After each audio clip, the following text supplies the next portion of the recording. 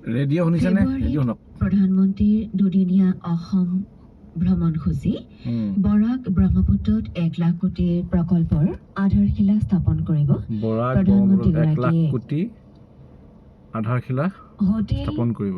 Restaurant ৰাজহুৱা স্থানত নিষিদ্ধ গো মাংস ভক্ষণ বিতৰ্কৰ মাজতে ৰাজ্যিক কেবিনেটৰ গুৰুত্বপূৰ্ণ সিদ্ধান্ত। ৰাজ্যিক কেবিনেটৰ গুৰুত্বপূৰ্ণ সিদ্ধান্ত শুনিলে নহয়, গৰু গোছ খোৱা বন্ধ। সাহিত্যিক পেঞ্চনৰ ক্ষেত্ৰত চৰকাৰৰ সিদ্ধান্ত। চৰকাৰী বিষয়া কৰ্মচাৰীয়ে সাহিত্যিক পেঞ্চনৰ পৰিৱৰ্তে লাভ কৰিব সাহিত্য বঁটা।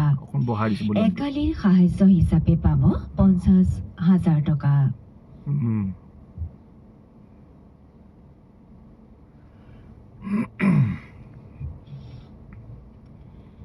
মিছন বসুন্ধৰা 3.0ৰ প্ৰতি নাই উৎসাহজনক সঁহাৰি।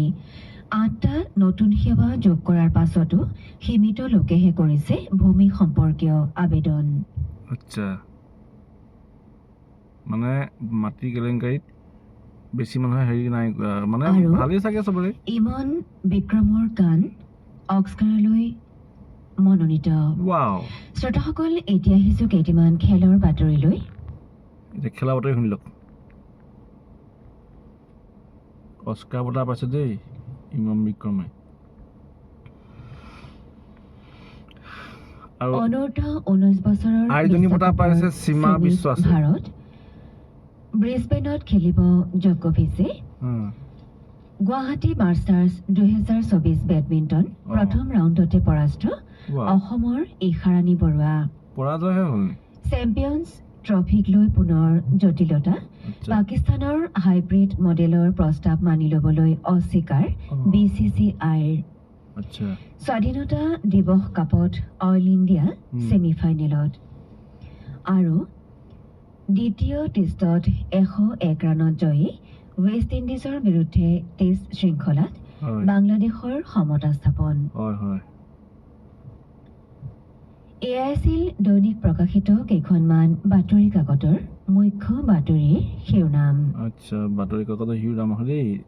মানে ভাল লাগে ৰেডিঅ'। কেতিয়াবা আপোনালোকে শুনে নে নুশুনে নাজানো, মই প্ৰায়ে শুনো। মানে ৰেডিঅ'ত, গাড়ীততো ৰেডিঅ' থাকে ন, আগতে ৰেডিঅ' শুনিছিলোঁ। আপোনালোকে যদি শুনে নে নুশুনে কমেণ্ট এটা কৰি জনাবচোন। আৰু যদি আপোনালোকে নুশুনে তেতিয়াহ'লে শুনাৰ অভ্যাস কৰক, কাৰণ ৰেডিঅ'টো এনেকুৱা এটা বস্তু আপোনাৰ কোনো জেগাত যি জেগাতে যায় সব জেগাতে তাৰ টাৱাৰটো পায়।